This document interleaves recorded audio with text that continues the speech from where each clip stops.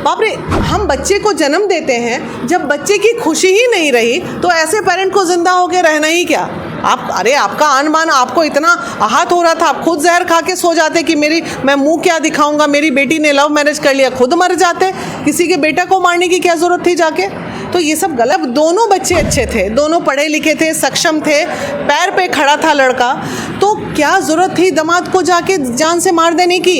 ऐसे पेरेंट के लिए मैं ये कहूँगी कि अगर बेटी ने अपनी पसंद से दामाद ढूंढ लिया और दामाद आपका उस लायक है, एक होता नंगा भूखा भिखारी रहता तो लगता कि नहीं भाई ईगो की बात है, तो भी मैं ये नहीं कहती कि लव मैरिज हर वक्त अच्छा होता है, कई केसेस में लव मैरिज गलत भी हुए हैं। हाँ, कहीं ना कहीं बच्चे गलत डिसीज़न ले लेते हैं, लेकिन इस केस में इस केस में कोई गलत डिसीज़न नहीं था। दोनों बच्चे पढ़े लिखे थे, दोनों बच्चे सक्षम थे, दोनों एक दूसरे से बहुत प्यार करते थे। ये जात पात के चक्कर में किसी का जान ले लेना, इसे मैं पर्सनली सहमति नहीं देती हूँ।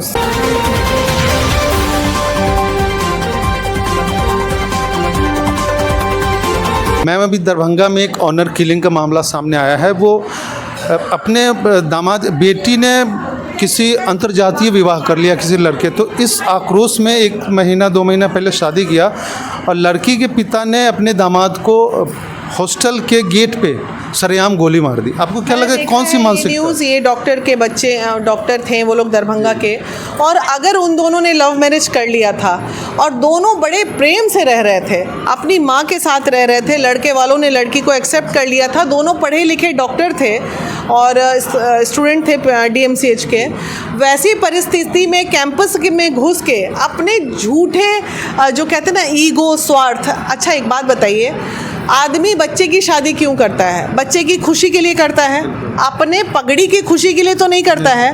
यही अंधविश्वास, यही दकियानूसी टाइप के जो पेरेंट्स होते हैं, जो बच्चों की खुशी नहीं चाहिए, उनको अपना झूठा मान सम्मान चाहिए। इसको हम झूठा मान सम्मान इसलिए बोल रहे हैं कि जब दोनों बच्चे अच्छे थे, दोनों पढ़े लिखे थे, सक्षम थे, पैर पे खड़ा था लड़का, तो क्या ज़रूरत थी दामाद को जाके जान से मार देने की। आज किसी का बेटा चला गया, आपकी बेटी की भी तो गलती थी। तो दूसरी बात है, आप अपराधी बन गए। तो ऐसे पेरेंट के लिए मैं ये कहूँगी कि अगर बेटी ने अपनी पसंद से दामाद ढूंढ लिया और दामाद आपका उस लायक है, एक होता नंगा भूखा भिखारी रहता तो लगता कि नहीं भाई ईगो की बात है, तो भी जान से मारने का अधिकार किसी को नहीं है ना। तो ये तो बहुत बड़ा अपराध हुआ है और धीरे धीरे ये अपराध बहुत बढ़ते जा रहा है। ओनर किलिंग्स, और ख़ासकर हमारे वैशाली में कई मामले ऐसे आए हैं ओनर किलिंग के कि पेरेंट जो है अपने झूठे आन बान शान के लिए, बाप रे, हम बच्चे को जन्म देते हैं, जब बच्चे की खुशी ही नहीं रही तो ऐसे पेरेंट को जिंदा होके रहना ही क्या। आपका आन बान आपको इतना आहत हो रहा था, आप खुद जहर खा के सो जाते कि मैं मुंह क्या दिखाऊंगा, मेरी बेटी ने लव मैरिज कर लिया, खुद मर जाते। किसी के बेटा को मारने की क्या ज़रूरत थी जाके। तो ये सब गलत है, ये सब समाज की कुरीतियाँ हैं, इसको रोकने की बहुत ज़रूरत है। और मैं ये नहीं कहती कि लव मैरिज हर वक्त अच्छा होता है, कई केसेस में लव मैरिज गलत भी हुए हैं। हाँ, कहीं ना कहीं बच्चे गलत डिसीज़न ले लेते हैं, लेकिन इस केस में कोई गलत डिसीज़न नहीं था। दोनों बच्चे पढ़े लिखे थे, दोनों बच्चे सक्षम थे, दोनों एक दूसरे से बहुत प्यार करते थे। ये जात पात के चक्कर में किसी का जान ले लेना, इसे मैं पर्सनली सहमति नहीं देती हूँ उस चीज़ को। मैम, एक मामला और हुआ था वैशाली में, जहां आप गई भी थी कि एक लड़की की हत्या करके उसके लाश को मक्के के खेत में दफना दिया गया था, तो संजना हत्याकांड। तो ढेर सारे नेता उसके यहाँ गए, बड़े बड़े नेता गए, और सब लोगों ने सिर्फ इंसाफ की बात की, अभी तक मिला कुछ नहीं उनको। बात बताइए, ढेर सारे नेता कब गए?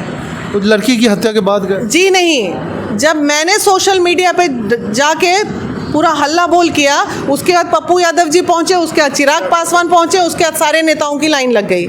ये नहीं है, पहला पहुंचने वाले समाज सेवी के रूप में हम ही महिला होके गए थे वहाँ पे। और अभी भी हमारी टीम थाना में, पूर्णा जी परसों भी गई हैं थाना में, चार्जशीट का क्या हुआ जानकारी लेने के लिए। लगातार वैशाली टीम इस केस में लगी हुई है। और ये बताइए, ये प्रशासन की गलती नहीं थी, रातों रात 2 थाना के प्रशासन को सस्पेंड कर दिया गया था इस केस में। तो आप ये बताइए कितना बड़ा अपराध हो गया। यहाँ तो 100% प्रशासन की गलती थी।